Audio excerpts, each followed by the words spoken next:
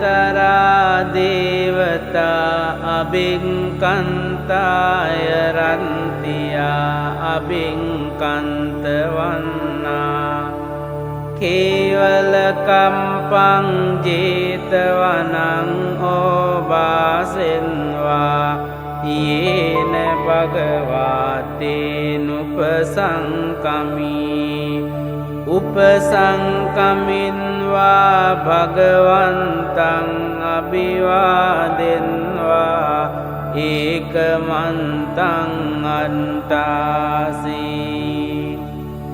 ඒකමන්තං පිතාකෝසා දේවතා භගවන්තං ගාතාය අංජබාසී බහුදේවා මනුන්සාච මංගලානි අචින්තයොං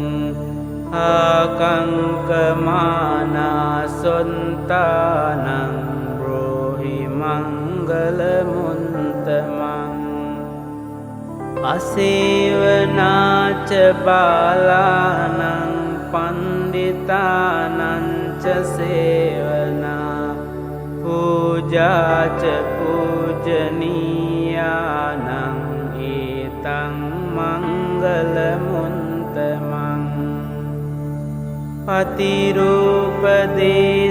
පතිරූපදේශවාසෝච පුම්බේච කත පුඤ්ඤතා අන්ත සම්මා පනිදිච ඒතං මංගලමුන්තමං බාහු සංචංච සිම්පංච විනයෝච සුසිංකිතෝ සුභාසිතාච යාවාචා ඒතං මංගලමුන්තමං මාතා පිතු උපට්ඨානං පුන්තදාරංස සංඝෝ අනාකුලාච කම්මන්තා ඒතං මංගලමුන්තමං දානංච ධම්මචරියාච ඥාතකානංච සංඝෝ අනවංජානි කම්මානි ඒතං මංගලමුන්තමං ආරති විරති පාපා මංජපානාච සංයමෝ අප්පමාදෝච ධම්මේසු ඒතං මංගලමුන්තමං ගාරවෝච නිවාතෝච සන්තුන්තිච කතං යුතා කාලේන ධම්ම සවනං ඒතං මංගලමුන්තමං කන්තිච සෝව චන්සතා සමනානංච දන්සනං කාලේන ධම්ම සාකච්ඡා ඒතං මංගලමුන්තමං තපෝච බ්‍රහ්මචරියංච අරිය සංචාන දන්සනං නිබ්බාන සංචිකිරියාච ඒතං මංගලමුන්තමං පුන්තංස ලෝක ධම්මී චින්තං යන්සන කම්පති අසෝකං විරජං කේමං ඒතං මංගලමුන්තමං ඒතාදිසානි කන්වාන සම්බන්තමපරාජිතා සම්බන්ත සොන්තිං ගච්ඡන්ති තං තේසං මංගලමුන්තමං තී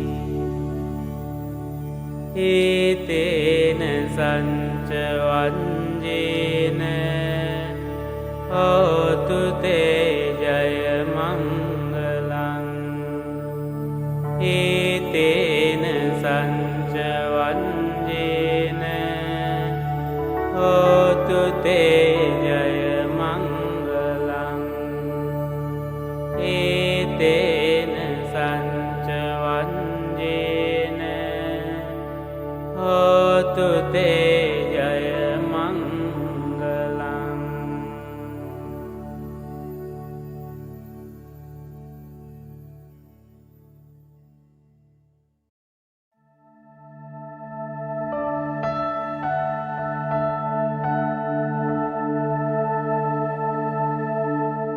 කරණීය මන්ත කුසලේන යන්තං සන්තං පදං අபிසමින්ච සක්ඛෝජුච සුජුච සුවචෝචං සමුදු අනතිමානි සන්තුන්සකෝච සුභරෝච අම්පකින්චෝච සල්ලහුකවුන්ති සන්තින්ද්‍රියෝච නිපකෝච අම්පගම්බෝ කුලේසු අනුනුගින්දෝ නචකුන්දං සමාචරේකින්චි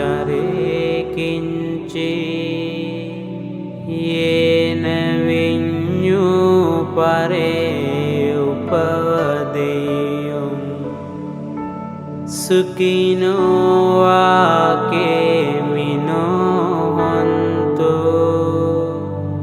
සම්බේ සන්තා භවන්තු සුඛිතන්තා ඒකේචිපාන භූතන්ති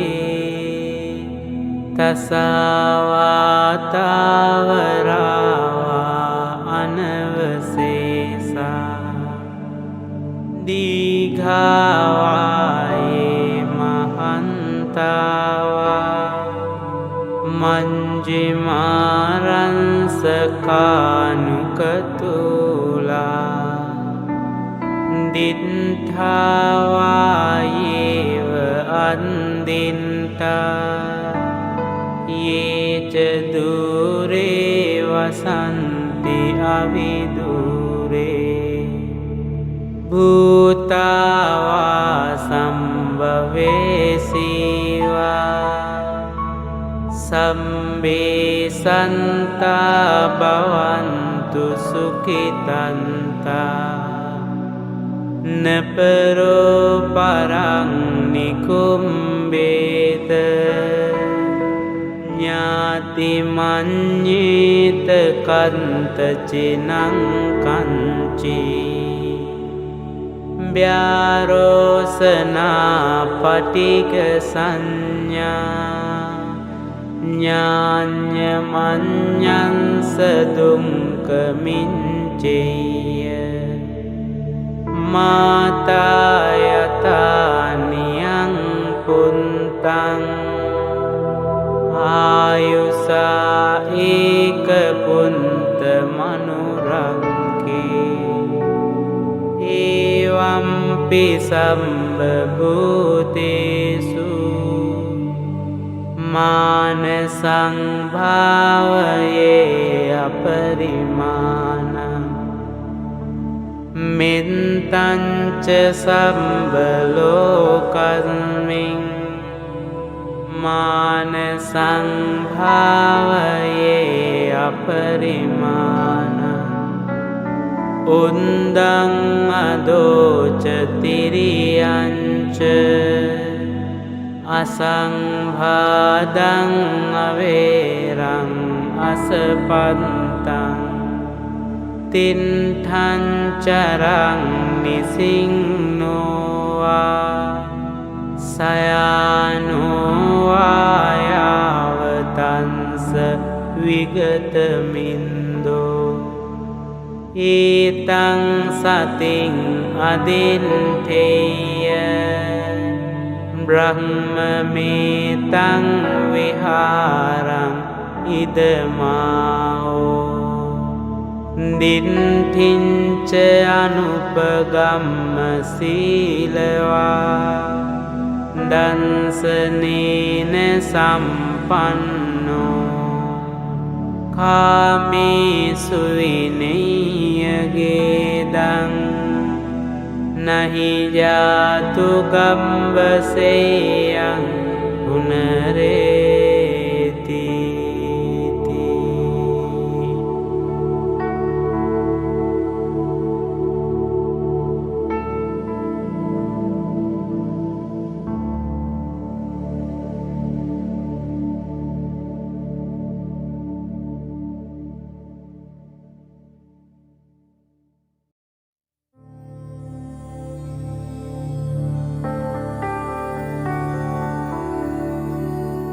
එවං මේ සුතං ඒකං සමයං භගවා සාවන්තියං විහරති ජේතවනේ අනාථ පින්ඩිකංස ආරාමේ අතකෝ අඤ්ඤතරා දේවතා අබින්කන්තාය රන්තියා අබින්කන්තවන්නා කේවල කම්පං ජේතවනං ඕබාසෙන්වා යේන භගවාතේනුපසංකමී උපසංකමින්වා භගවන්තං අභිවාදෙන්වා ඒකමන්තං අන්තාසී ඒකමන්තං පිතාකෝසා දේවතා භගවන්තං ගාතාය අංජබාසී.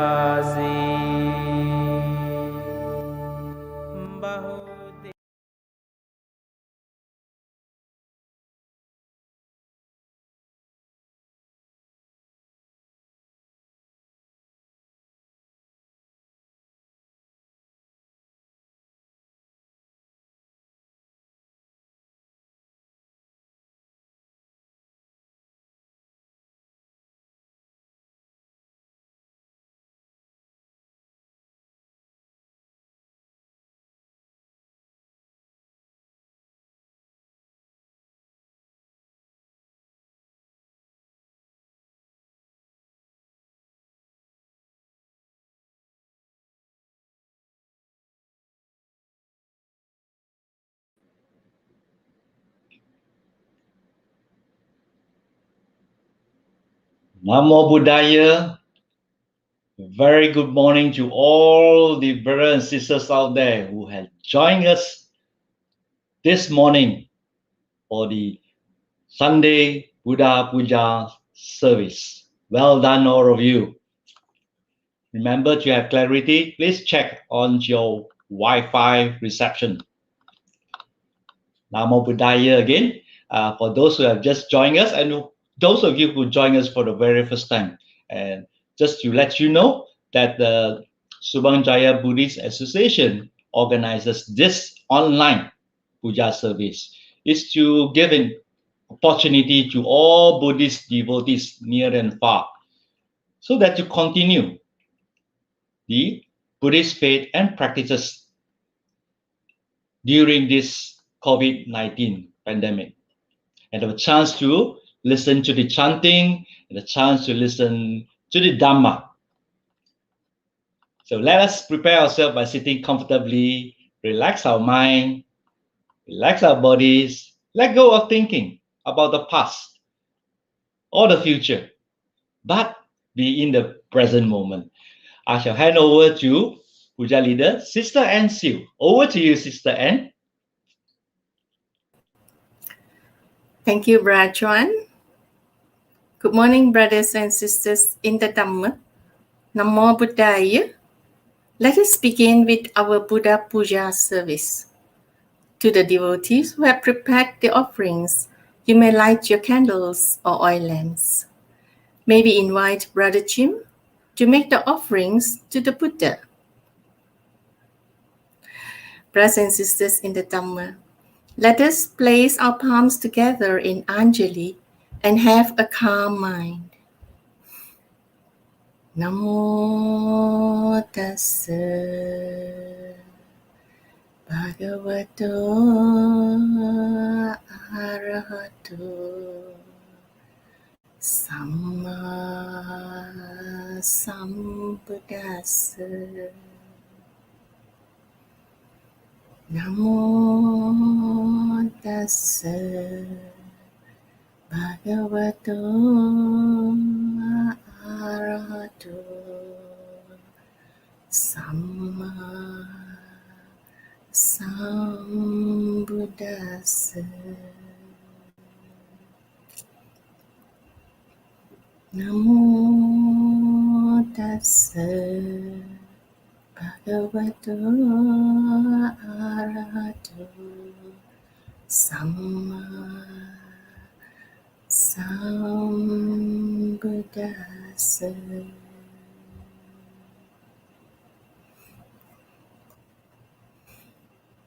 Brothers and sisters in the Dhamma, let us pay homage to the Triple Gem. Buddhang pujemi,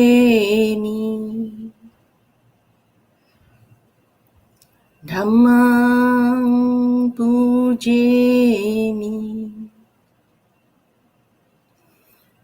Sanghang pujemi.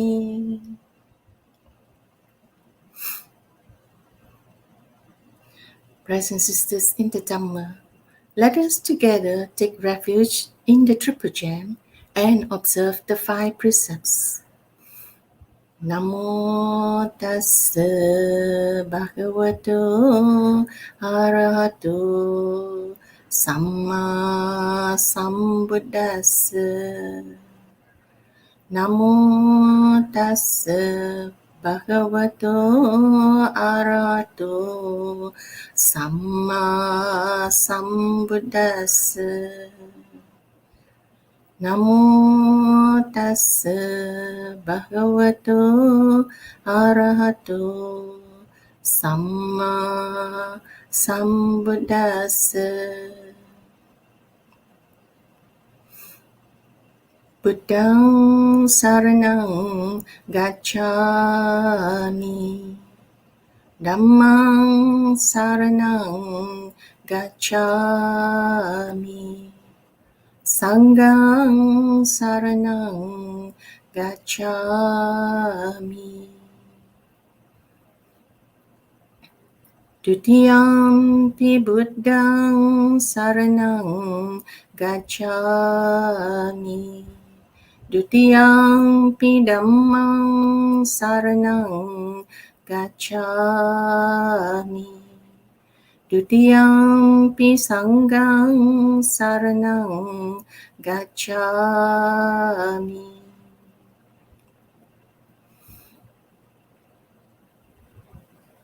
Tatiyampi buddhang saranang gacchami, Tatiyampi dhammang saranang gacchami, Tatiyampi sanghang saranang gacchami. Panatipata veramani sikkhapadang samadhiyami. Adinna veramani sikkhapadang samadhiyami.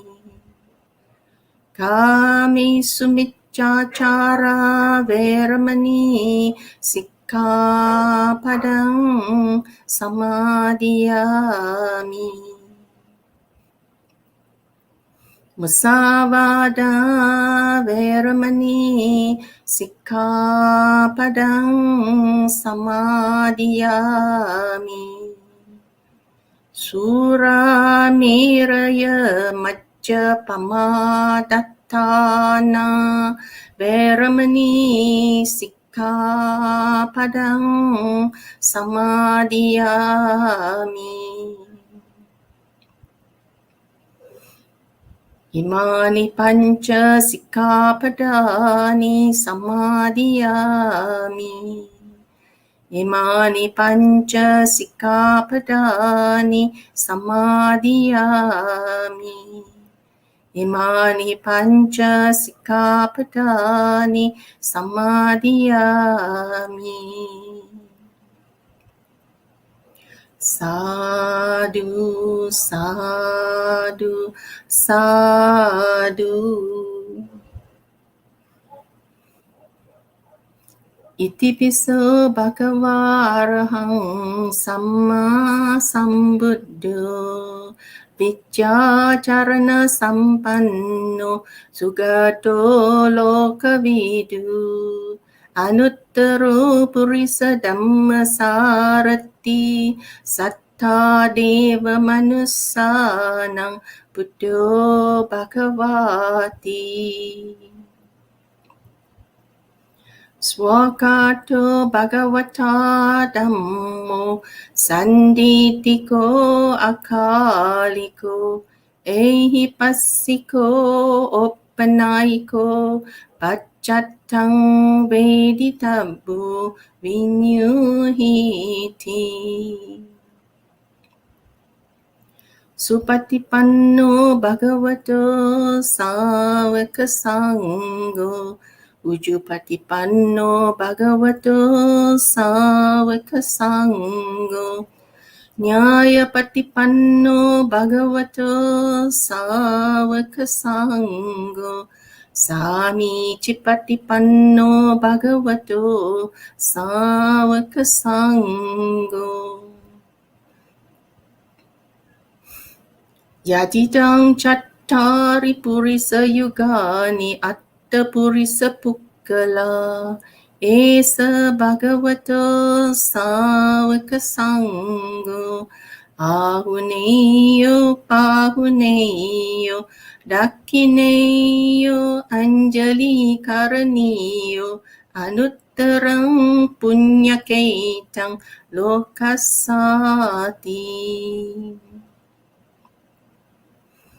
Vandami cetiyang sabbang sappatane supatititang Saririka dhatu mahabodhing Buddharupang sakalang sadang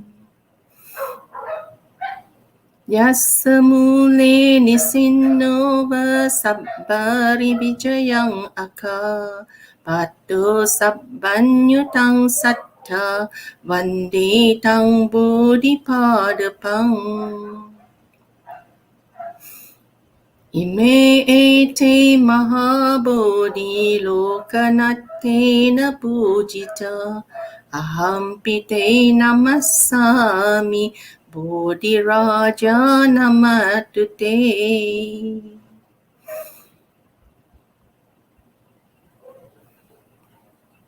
Ganasarappadittena dipena tamadansina Tiloka dipang sambuddhang pujayami tamodadang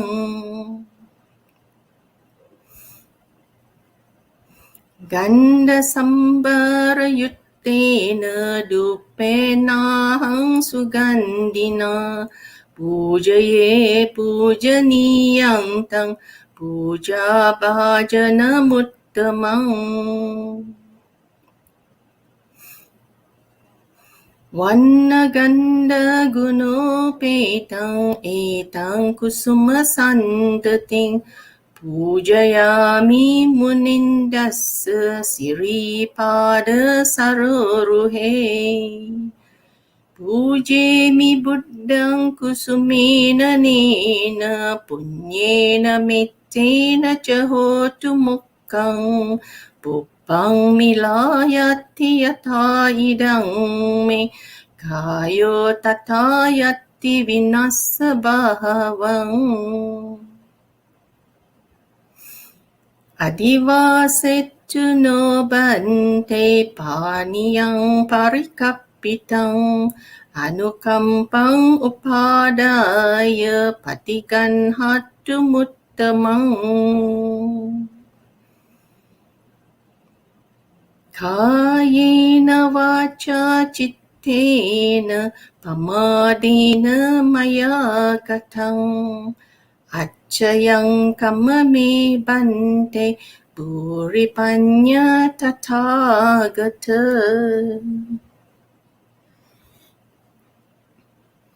Kayena vacha cittena pamadena maya katang Acayang kamame dhamma sanditika akalika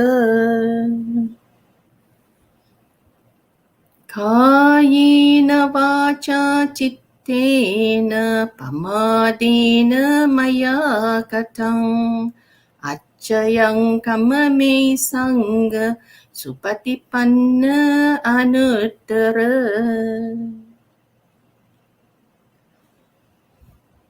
Sadhu, sadhu, sadhu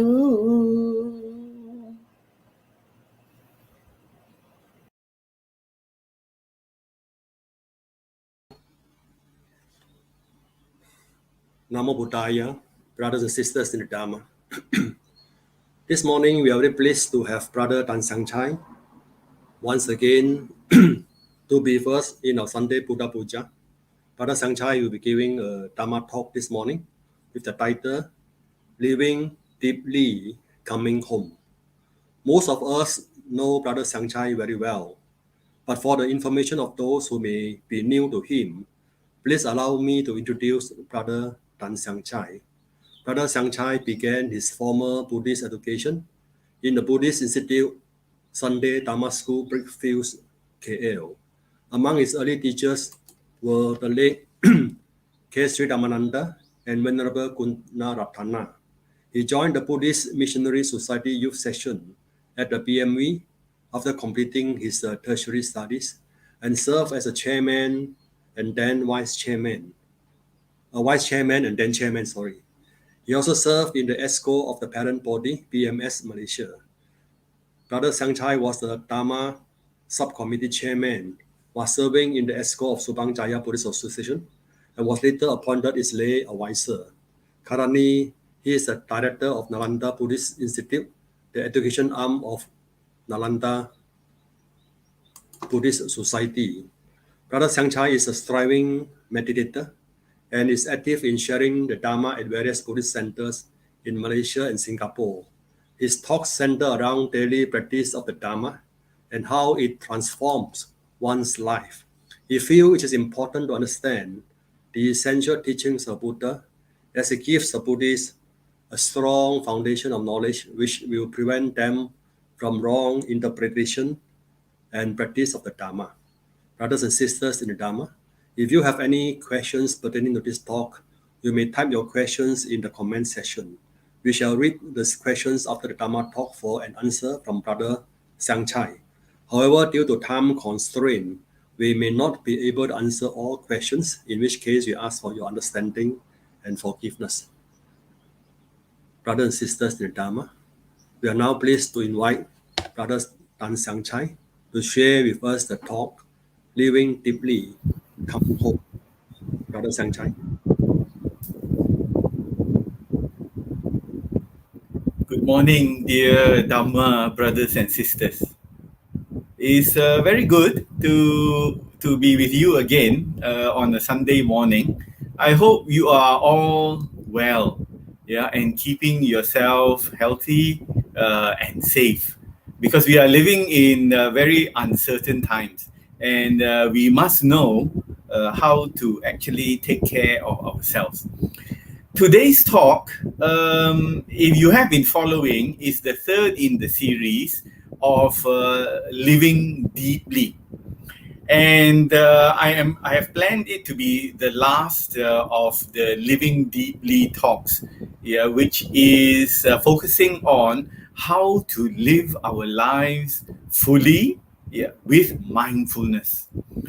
But if you think you enjoy such talks, focusing on the subject of mindful living, living deeply, please let us know, in the comments, and we can try and add or even extend the series of living deeply in the next few months. There are other topics which I think are also very useful. And I was thinking of preparing talks based on other topics. So let us start the slideshow. The first one, please. So, dear Dhamma brothers and sisters, it's time to come home. What do I mean by coming home? Coming home means to actually live our lives fully. If when we finish our work, when the weather is not very nice, it's too hot or too cold, there is a thunderstorm, there is rain and wind, our minds automatically think about going home or coming home, because home is a place of refuge. Home is a place that we can be comfortable. Say home is a place that we feel protected. So when we practice mindfulness, when we learn how to live fully and deeply, it is in fact coming home for us. When we deal with the outside world, when we deal with people who don't think or share our ideas and principles, we are living in a world that is very often contradicting what we believe in and what we have been brought up to practice. So there are many, many challenges in this world. But when we feel tired, when we feel that we have been outside with the elements, with the sun and the rain, and the wind too long, it's always good to come home. So, dear Dhamma brothers and sisters, I invite you to come home. Come home to your real self. Come home to who you are. So, in the last few talks, I've been discussing this. How to find yourself. How to find the mindful person that you are. And in doing so, find rest, find peace, and find security. Because we are our own refuge. True, we have been taking refuge in the Buddha, the Dhamma, and the Sangha, the three jewels, and they are very, very secure refuges. But the Buddha did say at the end of the day, you also, meaning we, must be our own refuges. And therefore, we must learn how to be a home to ourselves. Meaning to say, when we are tired of the outside world, when we are tired of the world that constantly challenges our understanding, it's time to come home. So now let's look deeply at that. And hopefully at the end of the talk, we will find time to actually practice. Because coming home means you must practice in order to find your way home. Next, please.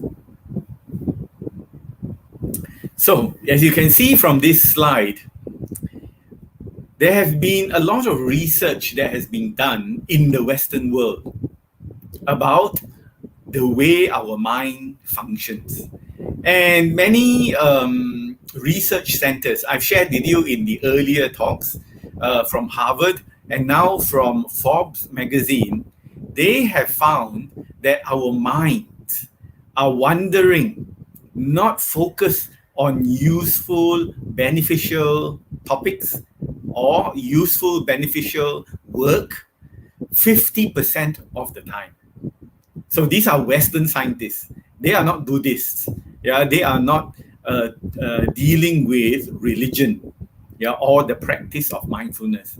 They are just scientists who did their research, who studied many people and found that the normal human mind is daydreaming, is wandering around 50% of the time. In actual fact, I think if they did more accurate research, they might find that many people, their minds are wandering more than 50% of the time.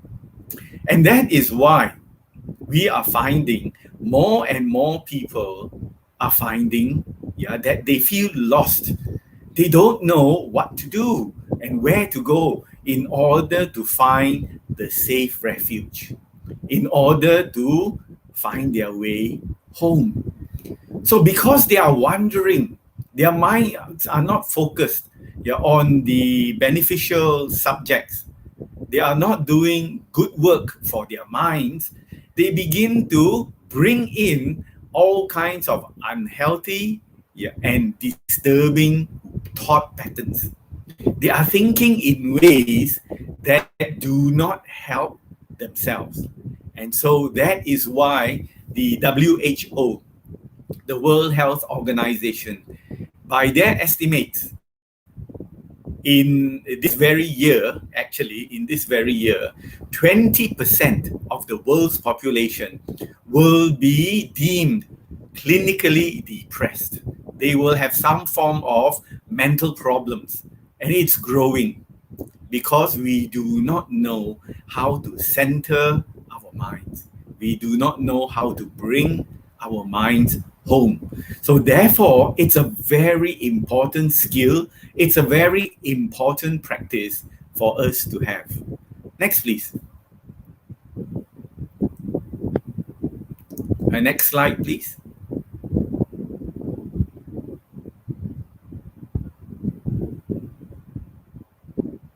Can you change the slide, brother? So, this is what I'm actually talking about. If we take stock, meaning if we really consider what is happening around us, we are very often distracted by many things. And then not only are we distracted, we react to those things. That means automatically we react to the news, to the information, to the things that we see in all kinds of media, especially our mobile phone. So when we read messages that come in on our mobile phone, we react to them. And sometimes we don't really think very carefully about all this information that we are taking in. We read something and then we, get very disturbed by what we are reading, or we get angry, or we get sad and depressed, due to the information that is coming in. We are not thinking carefully. We are not filtering a lot of the information that comes in. We are not critical and discerning about what we are putting in our minds. And in the same way, when we talk to our friends, when we talk to our relatives, when we watch television, all those things we just take in, and we think that they are reliable news, and our minds react to it. Sometimes our friends will tell us, do you know such things are happening? And then we listen and we think, oh my gosh, such things are really true and happening. And we do not know how to control the reactions that are taking place in our minds. So we are reacting from one issue to another issue. We are not careful. We are not discerning to really consider whether what we are hearing and what we are taking into our minds are these useful pieces of information. Do they help me to understand my life, myself better? So we just let them come in, whatever it is. And on top of that, we also create our own ideas about what's happening. We take something, from the outside world, and then we ruminate.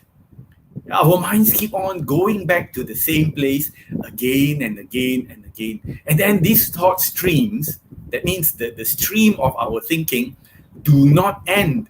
And then we will think about it.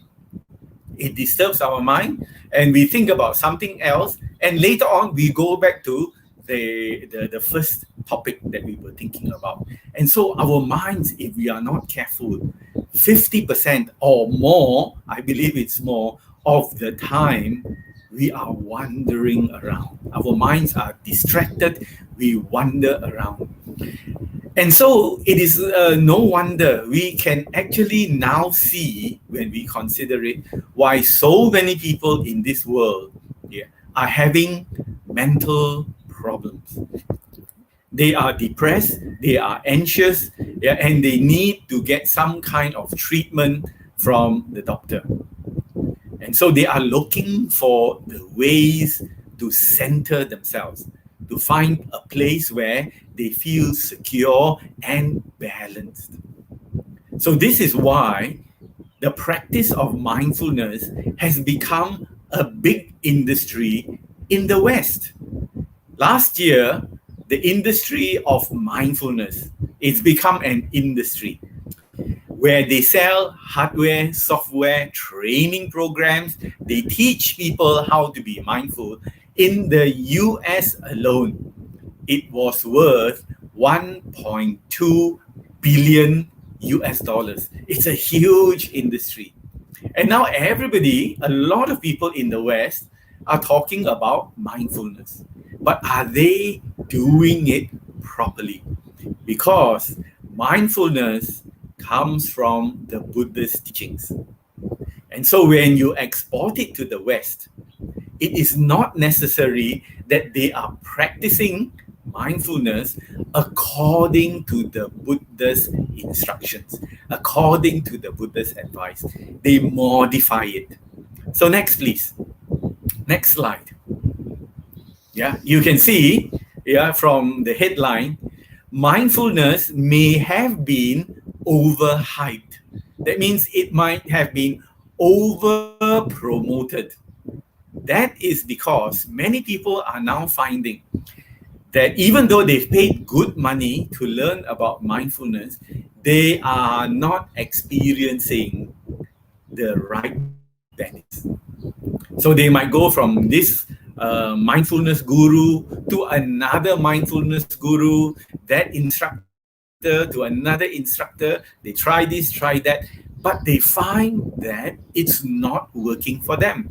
And so even the BBC, this article came from the BBC, and it's asking, is mindfulness overhyped, over-promoted, over-encouraged? Is it made to be bigger and better than it actually is? So as Buddhists, we understand that whatever they take over to the West, it might not have been taught to those people who paid money for it. It might not be taught to them in the best way possible to train their minds. Because these people who teach them, they are not fully, they are not fully experienced to teach these things. Some of them might have read books. They might have gone to some meditation center and meditated for 2 weeks, 3 weeks, and then they start teaching mindfulness themselves. With the result that the people who follow them might not get the right benefits. So some of them, to tell you the truth, if they don't know what they're doing, their own trouble become bigger. It magnifies their anxieties and their mental conditions. So they have to be very careful that they find an instructor or a teacher that knows what he or she is doing. But this bad reputation, the bad news, impacts on Buddha's teachings, because they start to say, look, what the Buddha taught is not effective. And it's not effective because the people teaching it and the people practicing it, they might not be doing it the right way. So this is why it's important for us as Buddhists to really follow what the Buddha taught. Next, please. And following what the Buddha taught means we have to anchor our practice with right mindfulness, which arises from right view. This is the all-important difference between what we are practicing under the meditation masters, under the great sayadaws and ajahns, with those people in the West who just have a psychology degree or a psychology certificate and start teaching mindfulness. There, it is not right mindfulness, which belongs to the Noble Eightfold Path, Samma Sati, which is guided. It arises from right view, Samma Ditti. If we don't have right view, if the beginning of our practice, the aim and the objectives is not right, we might end up in a very, very different place. We might end up being far away from where the Buddha intended for us to go. So the main thing is, when we practice the Noble Eightfold Path, which includes right view of the Noble Eightfold Path, and then eventually, we will get down to right mindfulness. It is the practice that leads us to awakening. It is the practice that teaches us to see things as they really are. Not things as we imagine them to be, but things as they really are. And in that way, it helps us to gain freedom from suffering. I mean, many people suffer. It's not just us who is suffering. The people in the West, they suffer very greatly, and they want to be relieved from the suffering. And what they are doing helps them to relax, no doubt. But it does not take them further to really understand the true nature of the world and to be free from suffering. Next, please. So, the first thing we must do, I hope by now, we've done 2 talks, and now we are coming to this, looking at the 3rd talk. I hope by now, my dear friends, you have seen or understand the benefits of living deeply, living in a way that brings you security. But the first step to having this security of living, to be balanced, is, first of all, we must practice morality. We must have sila. And therefore, the very basic training that we must undertake are the 5 precepts. Our integrity, meaning to say how we stand in the world, is very important.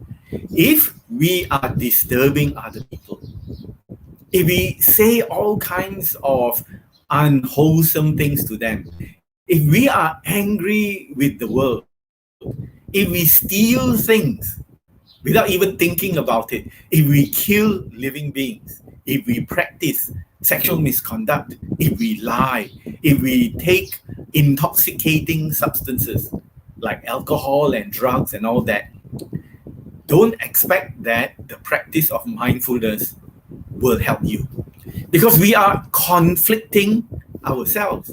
On one hand, we want to be peaceful. On the other hand, we are cheating and lying to people. How can we find the balance that we are seeking? How can we find that security that we are looking for? So therefore, my dear friends, the first step along the way is make sure you are a person of morality. Do the things that are beneficial for ourselves as well as for others. Next, please. And so, here I explain it in a little bit more detail. To lead a peaceful life, we must be at peace with ourselves and the world. If we have done wrong things to people, they will come and look for us. Yeah, they will want to punish us for the wrong things that we have done. So how can we be at peace? It's very natural. Yeah, it's logical, easy to understand. So this is why morality, make sure you observe the 5 precepts, is very important for a stable life. So a life of integrity is the foundation for a full and harmonious life. We must avoid actions that harm ourselves and others. When we practice deep living, when we practice mindfulness, we are in fact training the mind. And if our minds have pushed us to be engaged in unwholesome activities, the memory of what we have done is still there. So when we try to be quiet, the memories will come back to haunt us, to disturb us. So therefore, we must know that it is good if we don't do these things.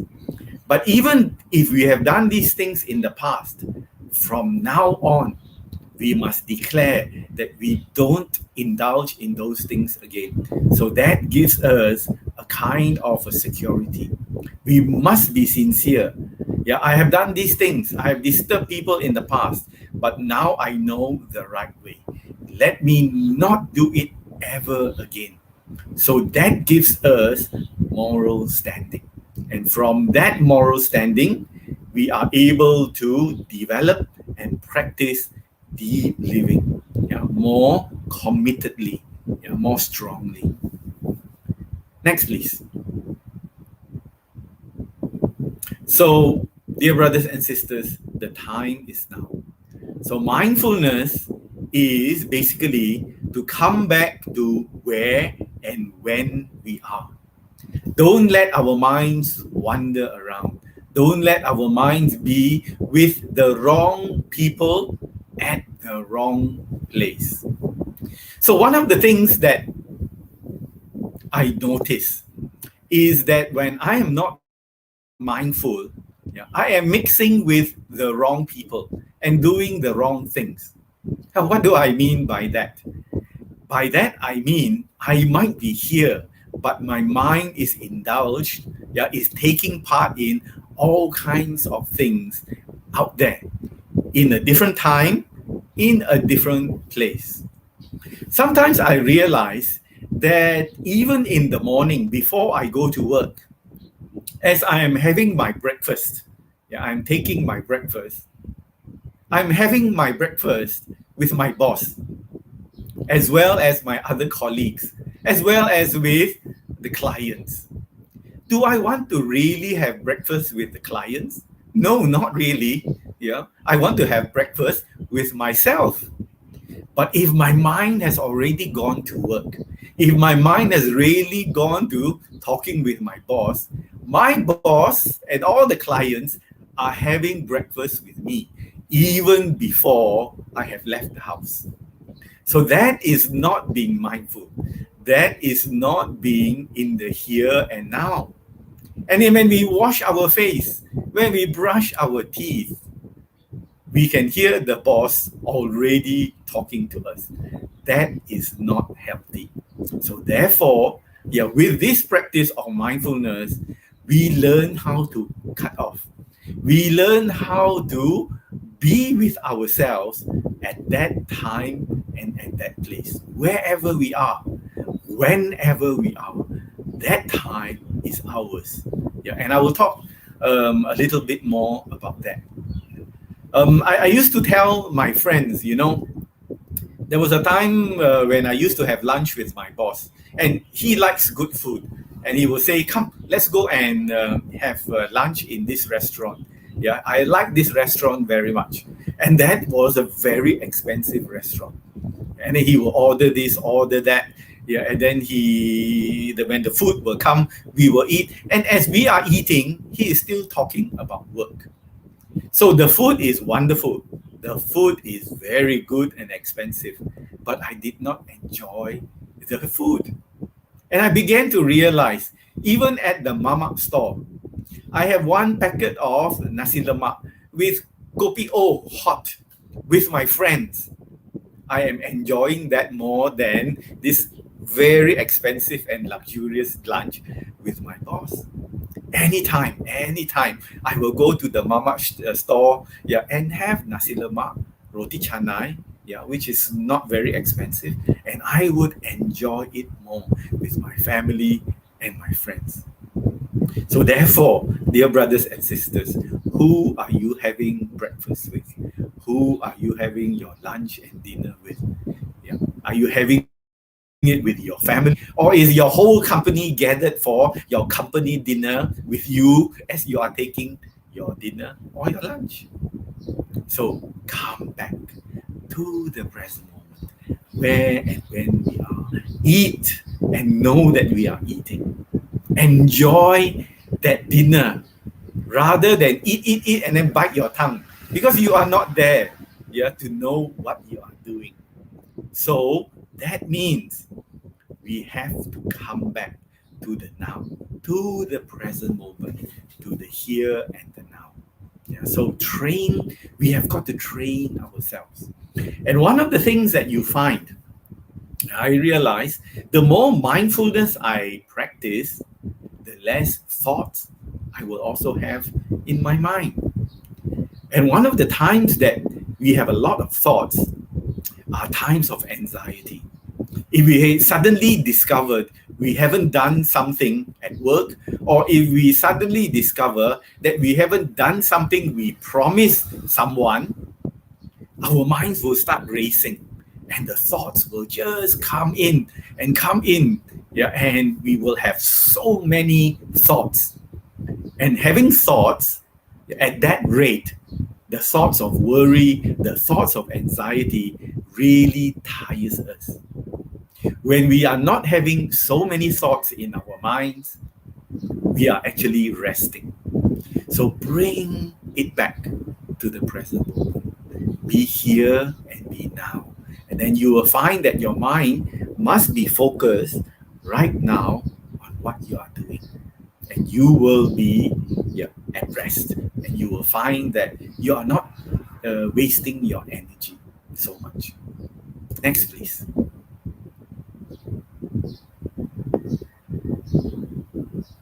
So let me play you. I played this video before. It's a short video of Venerable Master Thich Nhat Hanh, and he explains much more skillfully than I can the nature of being in the here and the now. Yeah. Can you play the video, please? In our daily life, very often our mind is not with our body. Our mind might be caught in the past. We are drowned into our regret, our sorrow concerning the past. The past becomes a prison for you. You cannot get out. Many of us are not free from the past. We are caught by our regret and sorrow. We are not able to live our life because we are in prison.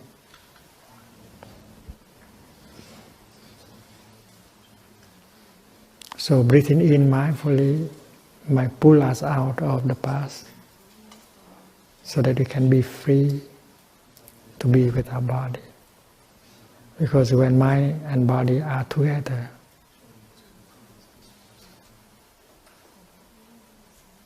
you can be established in the present moment. If mind and body are not together, you are not in the present moment, in the here and the now.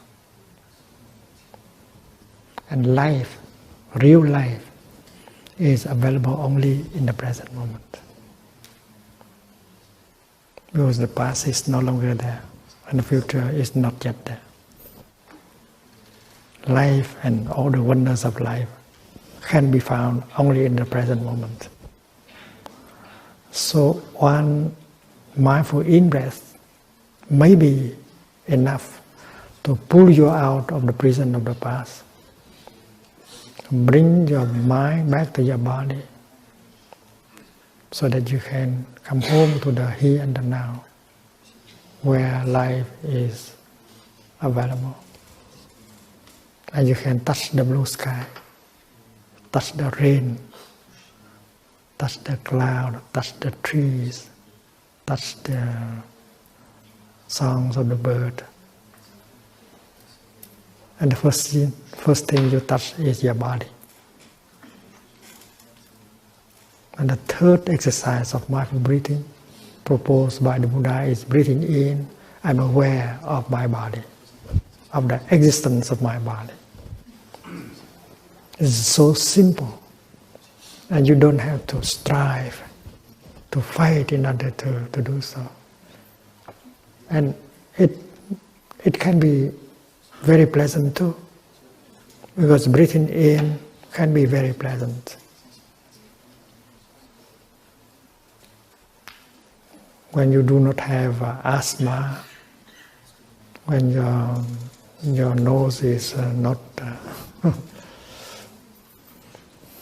stuffed, and then breathing in the fresh air can be very pleasant. Breathing in, I enjoy breathing in.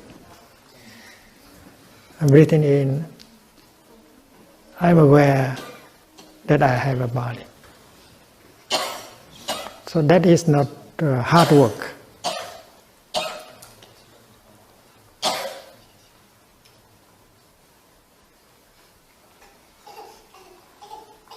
And then many of us, if we are not caught in the prison of the past, and then we are caught in the prison of the future. Many of us worry about the future.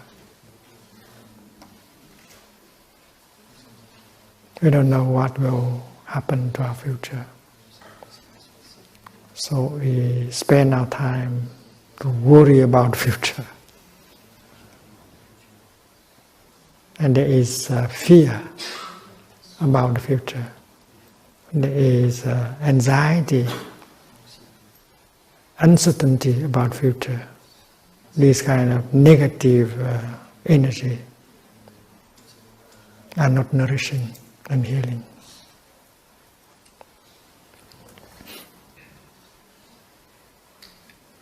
And most of us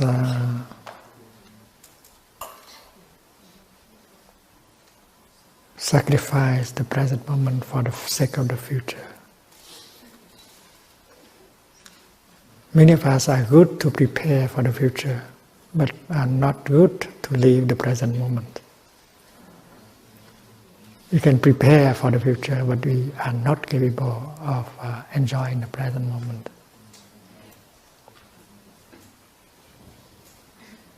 And you are caught in the fear.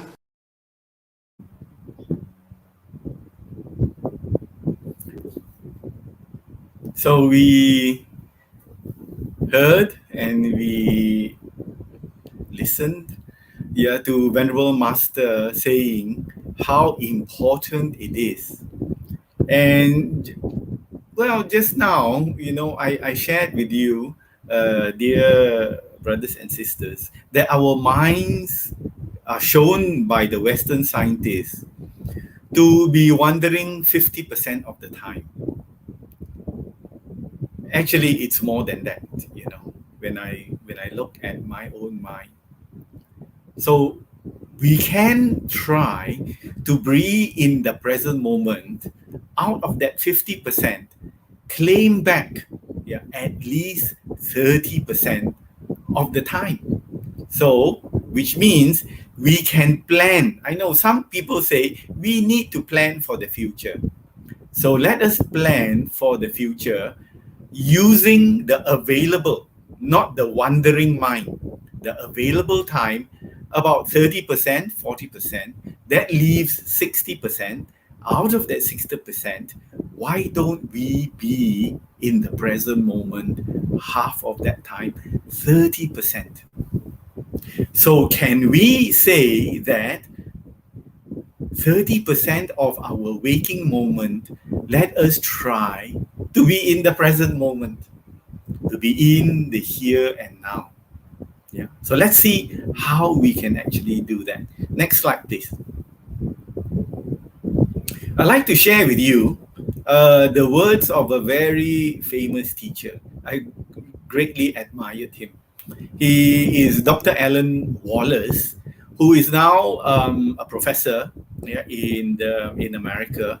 But he was a Buddhist monk who ordained under the Dalai Lama for about 14 years. When he was in the first year of his university, he came across the teachings of the Buddha, Buddhism, and he left first year of university to go and be a monk. And he was a monk for about 14 years. He studied and he practiced. And after 14 years, he asked permission to leave and came back. He finished his first degree, got his second degree and his PhD. And now he is a professor teaching his area in America. And this is what he has to say, because he is also teaching the training of the mind to his students. He says, every time we are carried away, caught up by thoughts, we lose our minds. That stillness, that clarity, we lose our minds. And we renew our membership in samsara. Samsara means the existence of suffering. We are suffering. So when we are not in the present moment, we are liable to suffering. We reinforce the habit of ignorance and delusion. And we suffer because of our ignorance and delusion.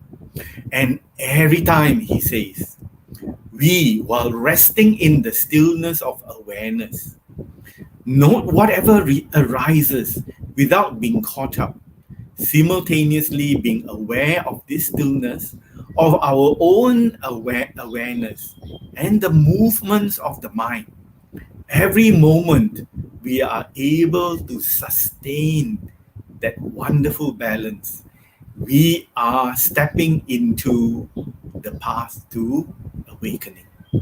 So another word for awakening, some people use the word enlightenment. So in fact, when we are going back, when we go back to our natural state of being aware, of being in the present moment, we are practicing to be enlightened. It's a wonderful thought to understand that. So I also thank Dr. Alan Wallace. You can find a lot of his videos online. He is very intellectual, very clever man. So it's worth listening to what he has to share about the Buddha's teachings. Next, please. So let us tune in. Tune in to what? Tune into the practice of being in the present moment. Next. How do we tune in? So let's live mindfully. As Venerable Thich Nhat Hanh said, where the body and the mind are in harmony, we can sit mindfully, we can eat mindfully, we can walk mindfully, we can even talk mindfully, and if we want to, we can work mindfully. Next, please. And we can do so by doing this. We can practice formally or informally. Formally means we sit down and we calm our minds and be in the present moment, aware of our in-breath, out-breath, the rising of our abdomen, and the falling of our abdomen, how we are breathing in and breathing out. So that is formal.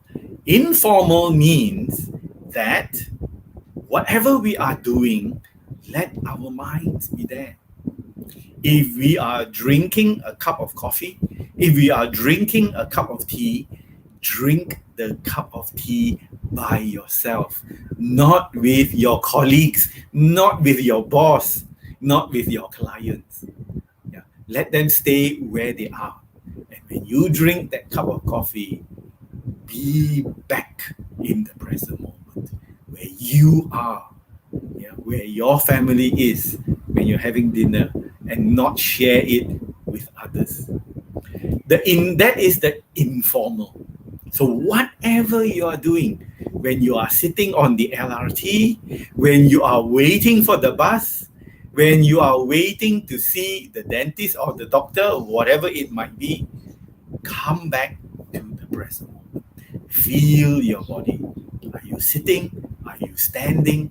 What is that sensation? What do you feel? Next, please. So, I have put this chart together. Specifically, we can be mindful of these things. Yeah. We are a little bit ran the words. So, what we should be aware of is, this is the advice of the Buddha. This is the detailed instruction. We should be mindful of our body movements.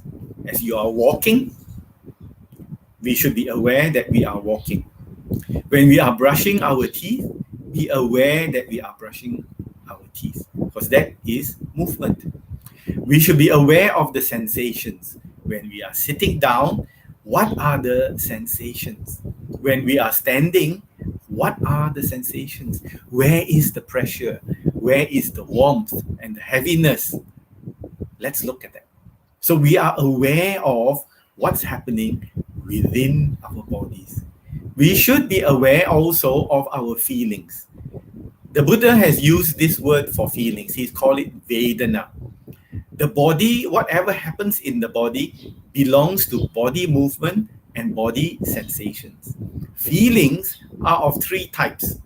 And feelings can be said to be the meeting point of the body and the mind.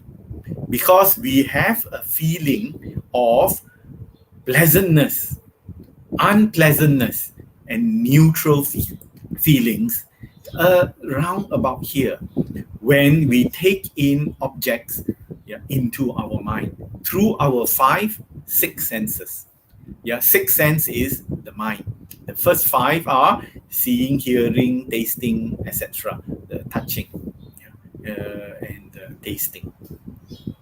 So feeling is whenever we do any of these things and we have an object, we automatically get feeling.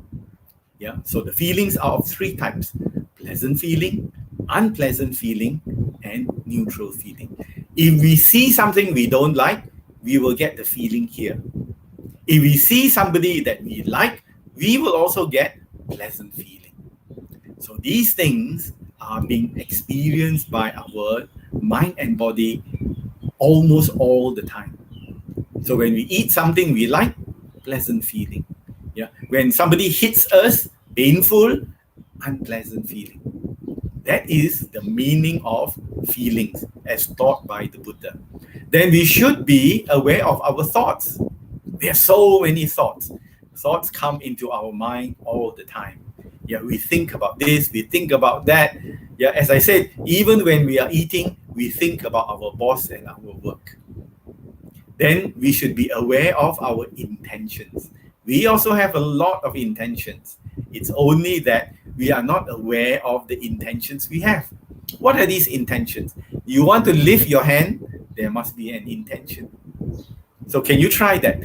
Lift your hand and look at the instruction from the mind to the body. Lift your hand and see the intention. There must be an intention, because without intention, there can be no action, no movement. Then we must be aware of our emotions and our mental states. Are we angry? Are we happy? These are things for us to be aware of. Are we anxious? Are we worried? Are we in a joyous state? and the joyous state will give rise to feelings. Here, pleasant feelings, joy. Because we have seen somebody we like, we have been given something that we will enjoy. So there is pleasant feelings. But accompanying the pleasant feelings is the state of mind. So the mental states, we can also be aware of them. Next, please. And this instruction has been given by the Buddha in the 4 foundations of mindfulness. In the Satipatthana Sutta, the Buddha said, our mindfulness, if we want to develop it, must be put onto something. There must be something that develops and supports the mindfulness. The first thing is the body, as I've explained.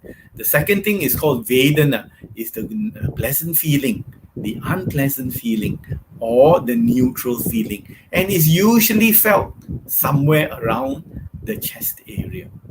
So when you are happy, you get pleasant feelings. Happiness is the state of mind, and that is under mind or chitta. And finally, we are aware of the mental objects, meaning to say the processes of experiences that we are getting. And there's a whole list that the Buddha advises under Dhammanupassana, the reality of the experiences that we are getting. But that is quite advanced, so don't be too concerned about that yet. Be aware of body, be aware of feeling, be aware of mind. So next slide. And I put together a little chart of when you can do certain activities. When you wake up in the morning, dear brothers and sisters, may I advise you that even before you brush your teeth and wash your face, sit up on your bed. Don't do anything yet.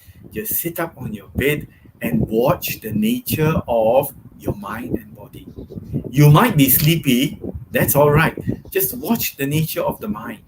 And then practice mindful breathing. Then you can move on to formal sitting. You can find a place on the floor, you can find a place on the mat, and then do your mindful breathing. But when you first wake up, take that opportunity to be aware, to be conscious. I am not a morning person.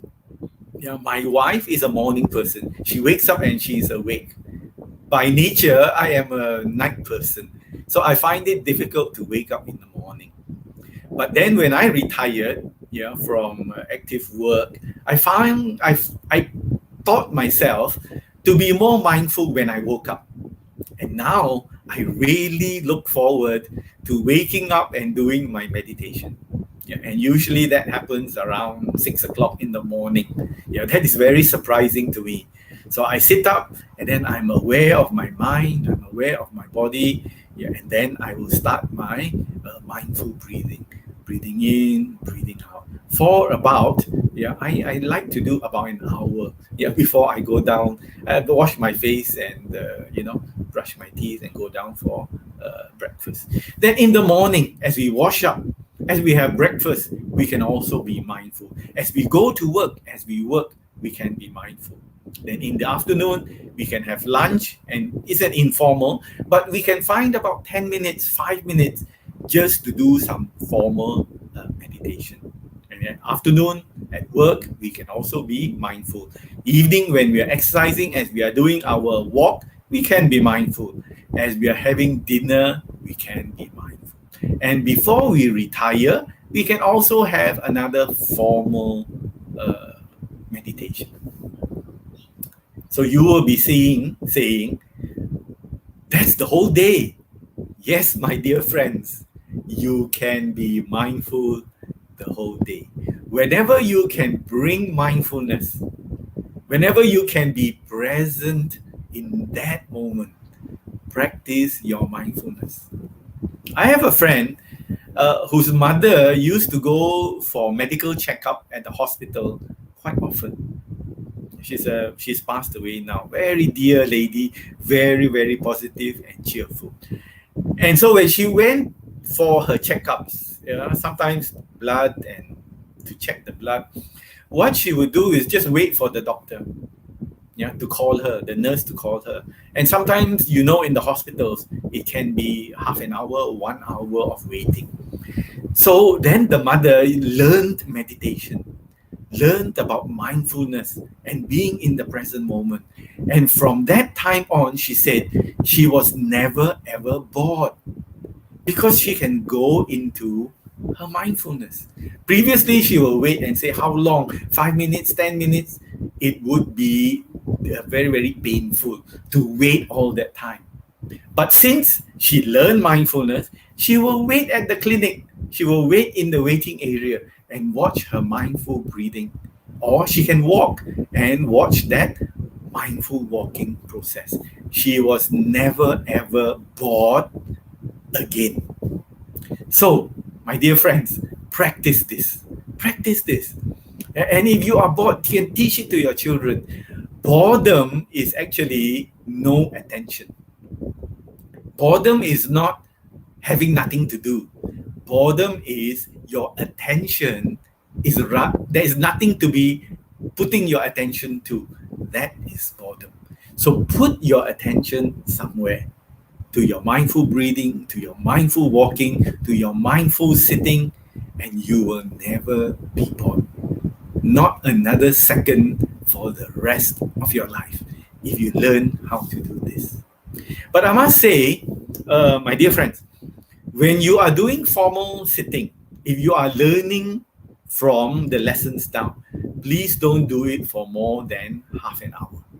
Because sometimes, the concentration will become very strong and there might be certain things happening in your mind. Half an hour is just right. So mindful, formally, you sit down half an hour, and if you want, you get up, go and do other things, and then later part of the day, come back for another half an hour. Unless you are doing it with a teacher, and then the teacher can guide you to doing it longer. But if you are just learning from these talks, from this series, the Living Deeply series, please don't do it for more than half an hour, because you will gather momentum. And it's good that you learn how to train your mind before you go on to longer durations of formal practice. The informal practice, you can walk, you can do your work, you can do whatever it is informally. The whole day also very, very good. Right, next slide, please. So, I'd like to share with you this. It's very important and it has impacted my life. Mindfulness gives us choice. It gives us space. It gives us the time to consider. We can be swept away by the ways of the world, or be in the present moment where time really belongs to us. When we are mindful now, that time, we stop the world time. We stop the clock time. That time that we are mindful in the here and the now belongs to us. Let me tell you another story from my life. When we used to have a maid, and it was very convenient. Then we sent the maid home. We decided to look after ourselves. And my main chore or activity was to wash the plates after dinner and after lunch. And I never used to do that, but I have to do it now. So when I first started washing the plates and the pots and the pans, I was very unhappy. Then I realized Venerable Master Thich Nhat Hanh said, if you are in the present moment, that time is yours and you will enjoy it. So I practice mindful washing, mindful cleaning, and true enough, I stopped being irritated. I stopped being angry, and I enjoyed that time of washing the plates and the pots and the pans. Why? Because that time belonged to me. So when you are in the here and the now, that time is yours. It belongs to you, not to the world, not to your work, not to your boss, It belongs to you. So start claiming the time that you have in this world. The thing about the space is very important because, as I mentioned, we react automatically. When somebody says something, we get angry and then we scold the person back, we start fighting, we start arguing. Why? Because we didn't have space to consider. Mindfulness gives us that space. So when somebody says something we don't like, we just get back into that mindful space and then we listen to him or her. And then we are in our own time. Then we can consider, what am I going to say to this person? Even when we are out in the world, driving on the highways, doing things in the company, when we are mindful, we have space. And that space is very strategic. It gives us time to know what to do, not to react automatically, not to get angry and scold back, but to think very carefully, what is the best thing to say in this situation?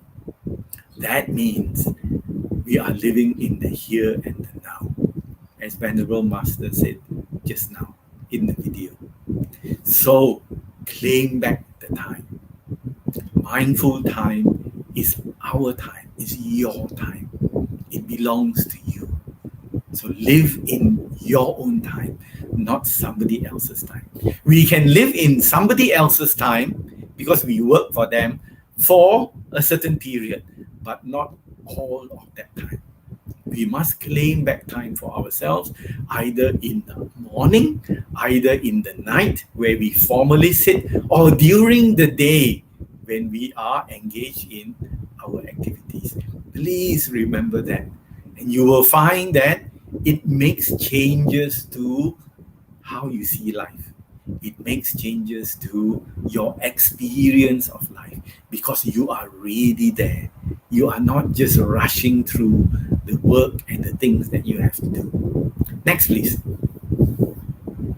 So now I'd like to play another video about the time that we have. Please go ahead. I get really mad when my brother hits me a lot. I don't like it when you say you don't want to play with me. When I'm mad, my brain can get a headache and it can start hurting. Your blood keeps pumping because you're like really mad. And you start to get sweaty because you're getting really, really mad. And then when you start getting really mad, you turn red. When your body can't really control yourself, mad just takes over your body. I just get out of control. It's kind of like if you had a jar and then the jar would be your brain and then you put glitter in the jar and that would be how you would feel like. If you shook up the jar and the glitter went everywhere, that would be how your mind looks. And it's like spinning around and then you don't have any time to think. And you sometimes punch stuff and people when you don't really mean it. When I get angry, I feel it in my heart. I really don't like when I get angry. The amygdala really reacts, but the prefrontal cortex tries to keep it down. When I feel like I want to, get really angry and yell, I just sometimes, take deep breaths. First you find a place where you can be alone, then you find some way to relax and calm down. When I need to calm down, I take deep breaths. I breathe in through my nose. Sometimes I close my eyes or just take deep breaths. It's coming down, it's not moving. It's slowing down and then it stops. and the heart pumps slow, and then it goes into your brain. It's like all the sparkles are at the bottom of your brain. My brain like slows down, and then like I feel more calm, and then I'm like ready to speak to that person.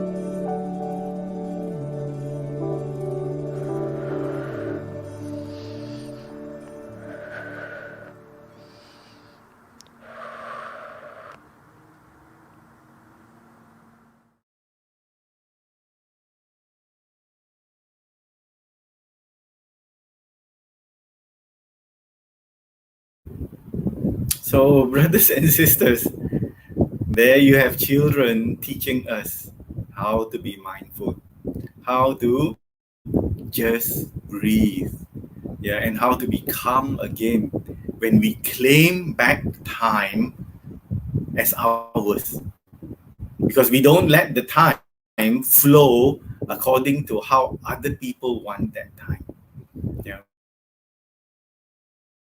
When we are mindfully breathing, when we are mindful of our body, that is our own time. Next, please. Next slide, please. So, this slide is to show how mindfulness improves our overall life. Mindfulness improves our well-being. And there's all of this to show. Mindfulness improves our physical health, and mindfulness improves our mental health as well. So there are many benefits, really. There are so many good things to be gained from practicing mindfulness. And the people in the West, they know this. But we are trying to go even further than that, in that we want to reduce our suffering and also gain some kind of enlightenment. Next, please. So as I've said, bhavana, or the cultivation of the mind, does bring peace. But ultimately, the teachings of the Buddha is to develop wisdom. And with the wisdom, we find a way to free ourselves from suffering. So just relaxation is not the main goal. The main goal is to be free from our suffering. Next, please. So this is a wonderful picture of the happiest man in the world. He is happy because he knows where to be and when to be. Anyone can be the happiest man or woman in the world if you look for happiness in the right place. So said by Venerable Matthew Ricard, who is officially determined by Western science to be the happiest man in the world. You can type it on you can Google it. Just type happiest man in the world and you will get Venerable Matthew Ricard. So he says, it's a choice. You can make that choice. You can be carried away by the world, or you can claim back the time to be happy. Next, please. So I plan on doing some practice, but I think I talk too much. I talk a lot. So maybe in a future talk, we can get down to actually practicing. And this is quite important. I've already explained some of it, in the earlier slides, how you can be with yourself no matter what you are doing. In your mind, be aware of your thoughts. when you can see your thoughts and you don't give attention to your thoughts so much, your thought is actually very small. It's only a little blip of energy that appears in our minds, these thoughts. But because we are not mindful, we take our thoughts as being very important. And then we start acting on these thoughts. But when we are mindful and we can see the mind and we can see the thoughts appearing, it is just like the breath.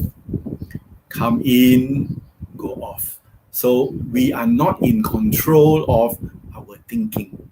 Why? Because we can see the processes themselves. So I think that's all I have to share with you this morning. I do hope, my dear Dhamma brothers and sisters, you will take up this practice. If you want to find a good teacher, there are some good teachers around. Yeah, do look for the good teachers and continue your practice.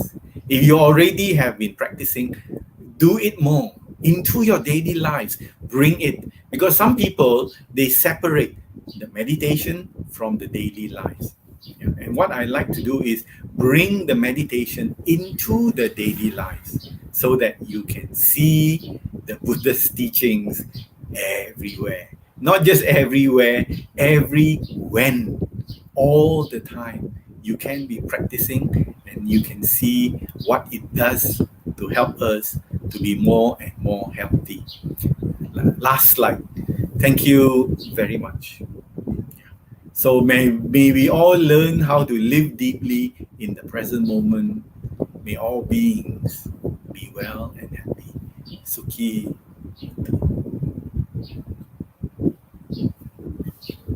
Back to you, Brother Ching. Sadhu. Sadhu. Thank you, Brother Sangchai, for this very good, very profound, very insightful talk this morning on how we can live deeply, fully, meaningfully with the practice of mindfulness in the here and now, daily, to overcome the many problems that we are facing today. Unfortunately, we don't have so much time. Otherwise, we would like to invite you to lead us in a short session of the practice. Maybe Yes. do it another time. Now is the Q&A session. Brothers and sisters in the Dhamma, if you have any questions for Brother Sangchai, you may type your questions in the comment box. Is there any question? Yeah, the first question, Brother Sangchai. If living deeply with mindfulness is so beneficial to our lives in today's world, why aren't so many Buddhists taking up this practice seriously?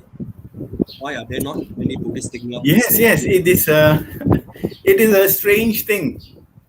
Because I told you, in the Western countries, especially America, in the US, the industry is 1.2 billion, not million, billion. The hardware, the software, the training, they did a calculation, is worth 1.2 billion US dollars.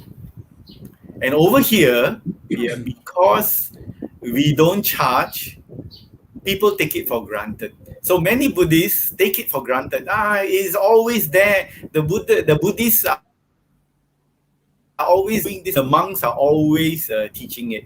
And then they do not know also the benefits of doing this kind of mental training. They really don't.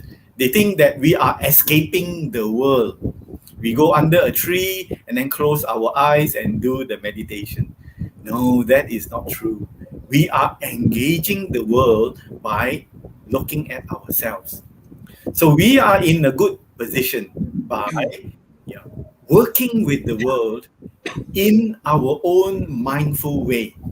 We are not letting the world control us. So it's true. It's a very unfortunate situation. We are not charging a lot. Maybe there's a minimal charge. But Buddhists don't really know what is in the Buddha's teachings. Because if they study the Buddha's teachings, they would know that in the West, they pay billions to learn. And here, we don't charge, it's free, they don't want it. So it's a very funny situation. Maybe if we start charging for it, then they will come. If we charge them a few thousand ringgit, then they will say, oh, it's worth a few thousand ringgit, then I will come.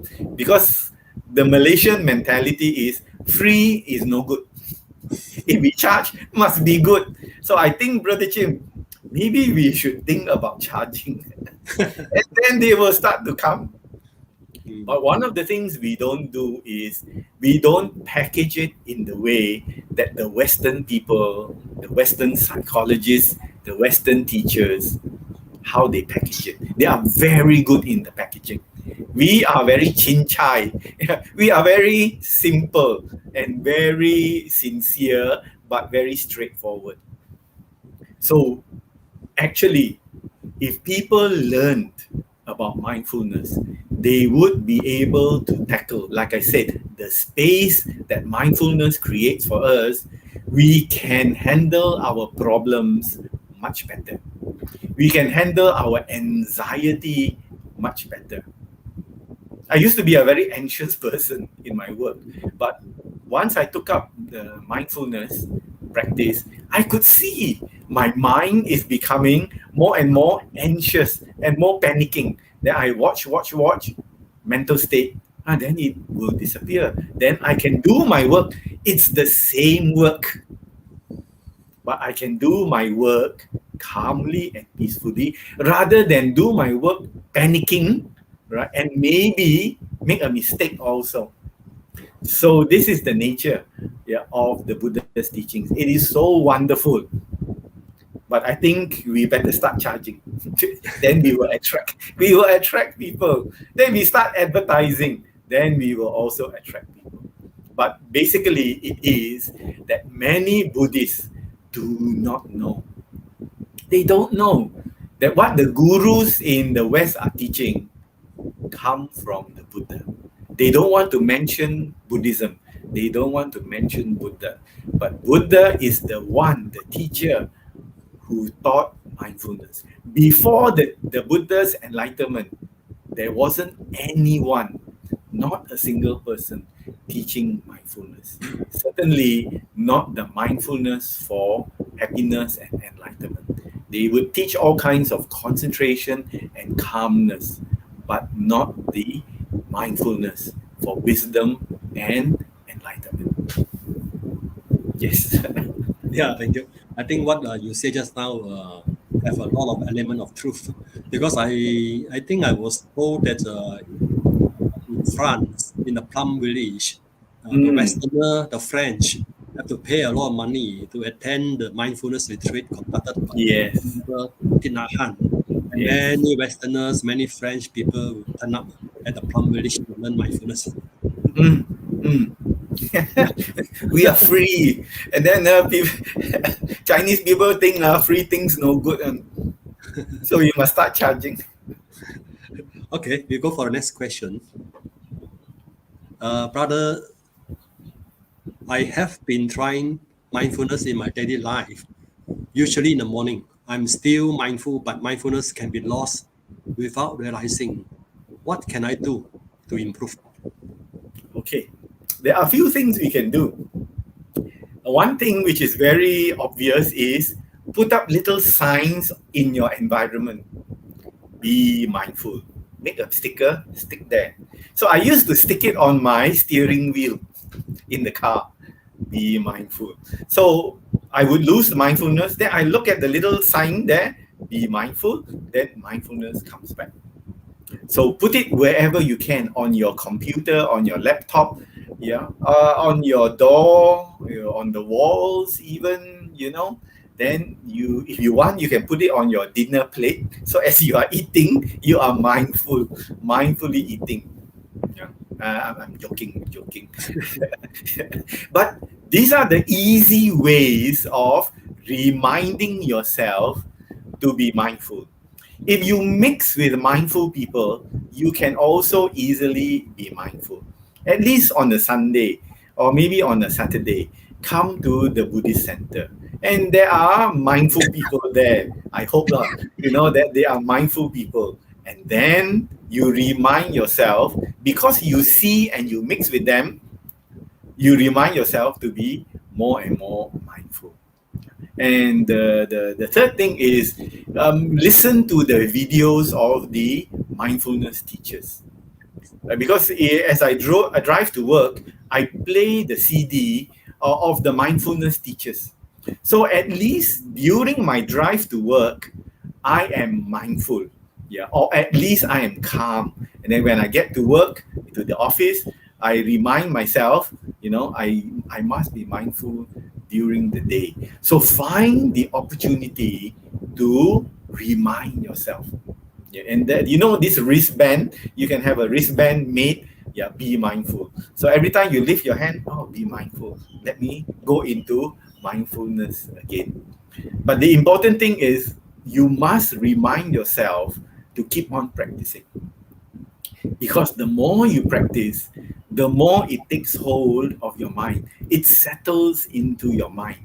And then you get an automatic button for mindfulness to appear. The more you practice, the more it will be there. So these are my suggestions for leading a mindful life. Certainly try your best to mix with mindful people. You can teach your wife, you can teach your children. When they are mindful, then you look at them, then you can also be mindful, just following their example. Thank you. Yeah, good answer to a good question. Right. Okay, we go for next question. Are there virtual lessons that we can learn or we can attend on mindfulness? Yes. Like I said, the Westerners, they have put everything online. And now there are also online meditation. There is a person, an Australian teacher, he used to be a monk, called Patrick Kearney. I don't know whether you've heard of him. I've attended, he's my teacher also. I attended a retreat under him. He explains very well because as a Westerner, he also has to teach to other Western people. So he can explain in very clear detail. Patrick is Patrick. Kearney is Kear, Kearney, Ney. He's an Australian. So if you can go to his website, you can see what are his online teaching dates. He can have retreats. There are many that you can just type, Buddhist. Make sure it's Buddhist. Because the rest can give you a little bit but charge you a lot. The Buddhists give you a lot and charge you a little bit. We are very cheap people, very, very, very modest. So go and look for them online. But make sure that they are either monks or nuns. Not the lay people. The only lay person is Patrick, because Patrick used to be a monk, Patrick Kearney, and he can give you very, very good mindfulness instructions, right? But also in SJBA, we now, because of the MCO, it is very, very difficult. But we are certainly thinking of a beginner's class when the MCO is over. So please stay tuned, stay in contact with us. Thank you. Okay, thank you. Due to time constraint, I think we just have one more question. Yes. Last question. From WH Chan. Many Buddhists didn't see the practice as urgency to put in effort. So they take lightly. How to make people see the urgency to practice? Yes, if you really want to see the urgency to practice, please go to the hospital. The most urgent reminder are sick people. Because when you get sick, you cannot breathe. as Venerable Master said, enjoy your breathing, please enjoy it. Because the people in the hospital now with the COVID, they want to breathe, also cannot breathe. They can't, like us, breathing in, breathing out. They can't do that without effort, without pain. So if you see them, how they are struggling to breathe, you will enjoy your own breathing and therefore bring the mindfulness to your breathing. So just like when you go for a doctor checkup, doctor put the stethoscope here, breathe in, breathe out. You don't have to put your attention at the nostrils, just be aware, breathing in, breathing out. What is the action of breathing? Breathing out, breathing in, breathing out. And then you will see after some time of this practice, how mindfulness calms you, how mindfulness gives you benefit, how the Buddha's teachings really makes you happy. But we don't go to hospital a lot. Now what we should do is read the news. How many thousands of people cannot breathe? Then you will find the urgency. You can still breathe. So please breathe. Breathe in, breathe out with mindfulness. Then the urgency will come. If you see the dead people, they cannot breathe. So how to practice? They can't practice. But we can breathe, therefore we can practice. We can sit in silence and watch the body. Where is the pressure? Where is the weight? What does it feel like? What is hard? What is soft? What is hot? What is warm? What is cold? Just watch. Yeah, just watch. Be there. Until there is no more temperature in our body, that means dead lah. When we are dead, no need to watch because nothing to watch. So therefore, develop this urgency. Yeah, when we are fearful, when we are scared, we will have urgency. When we are comfortable, when we are at ease, yeah, there is no urgency because we think there is no suffering. And it's true. In Malaysia, yeah, not now, in Malaysia, before the pandemic, we enjoy our life. We can eat what we want to eat, do what we want to do. We are actually enjoying our lives. So there is no urgency. But the best form of giving us urgency is when you see your neighbor cannot breathe and taken away by the ambulance. You see the noodle seller that you used to tapao from, yeah, in the ICU. When we see those things, then we certainly get a sense of urgency. And everywhere now, I'm seeing, yeah, people are now getting sick from this COVID. Yeah, and then they are struggling to breathe. So while you can still breathe, enjoy it. Be mindful of it. Be in that moment of breathing. Yeah, do it in the morning, do it in the afternoon, do it in the evening, do it in the night, because you can still do it. Thank you. Sadhu, sadhu, sadhu. On behalf of all devotees this morning, once again, thank you, Brother Samchai, for a very interesting, very insightful Dhamma talk this morning, the profound and enlightening answers to many of our questions. I think today we have a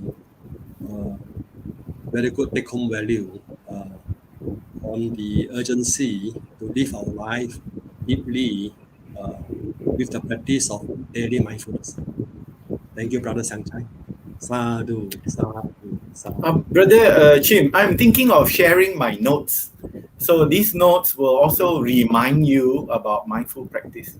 So if you can send us a message with your email or contact, then when I'm still doing it, when I have finished the PDF version of my talk, yeah, I'm still changing a few things, then we can send it to you. And then you can see it and be reminded about how to practice mindful living, deep living.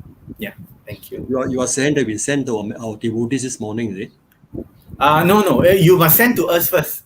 When you send your contact to us, then we send it back to you. Okay, maybe I will ask Brother Chuan to. Yeah, somehow, if we know you're interested, if you're not interested, it's all right. If you show us that you are interested to receive the lecture or the talk notes, in a shortened form, modified form, because there are certain things I cannot share due to copyright. The video and the pictures, some of them are copyrighted.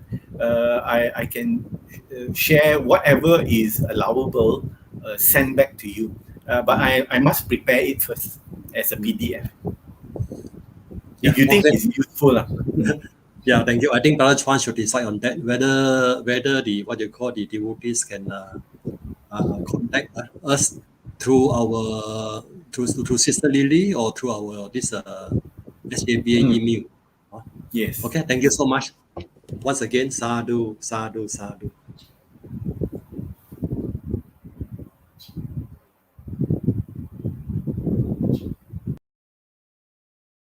It was a fantastic talk this morning. Again, there are a lot of take home for us to practice. Remember to develop our urgency to practice our mindfulness. Do not take our breath for granted. Be mindful of our breath. Brothers and sisters, if you enjoy this talk, and as mentioned earlier by the speaker, do not worry. On the next weekend, we will display the email address and the phone number of the SJBA office, and they will accumulate your data and your contact, and we will see how, when it's ready, we will dispatch to you. Right? We will talk again on this matter of registering your interest to receive the notes. Thank you very much for all your participation. Thank you very much to the speaker. Please help me to continue to thank the speaker. Brothers and sisters in the Dharma, many of us had participated in this morning Sunday Buddha Puja service and calmly listening to the Dharma sharing and a good discussion during the Q&A session. With the merits accrued, let us share and dedicate the merits to all our living and departed relatives, families and friends, and all beings. Let us also dedicate merits to those who had fallen ill due to COVID-19. May they have a speedy recovery. To all the frontliners, example the doctors and the nurses and those at the hospitals, may they be free from harm and danger.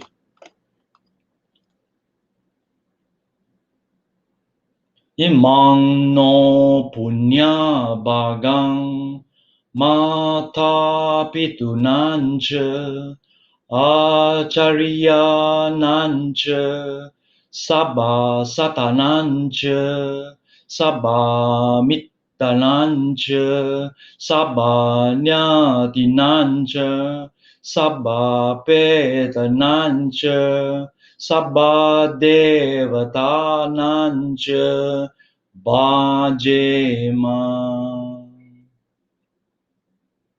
Imang no punya bagang sabba satanan dema sabe satha sukita hontu. Idang me nyatinang hotu sukita hontu nyatayo. Idang me nyatinang hotu sukita hontu nyatayo. Idang me nyatinang hotu sukita hontu nyatayo. Imina punya kammena mame bala sama gamo satang sama gamo hotu Yava Nibbana Bhattiya Idang me punyang asawakaya vahang hotu. Idang me punyang nibbanasa pachayo hotu. Sadhu, sadhu, sadhu. Brothers and sisters in the Dharma, before we end, let us pay respect, pay homage to the Triple Gem. Buddhang Pujemi, Dhammang Pujemi, Sanghang Pujemi.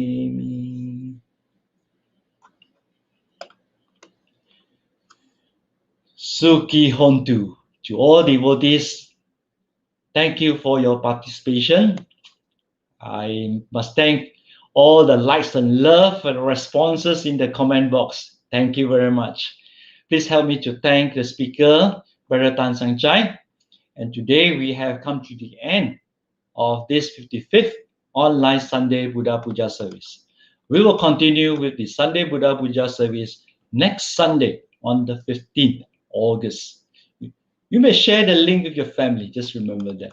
Please refer to SJBA's Facebook or your society's Facebook for the information. With the COVID-19 pandemic, we hope you will continue to stay safe, stay home. May you and family be safe, well and happy and peaceful always. Sukhi Hontu, goodbye. Sabbe Sattha Sukhita Hontu.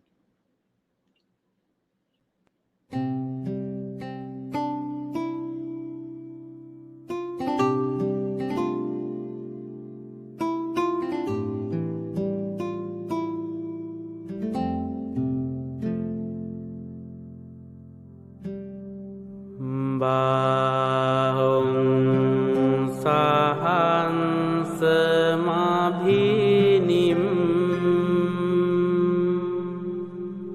mita sayudantang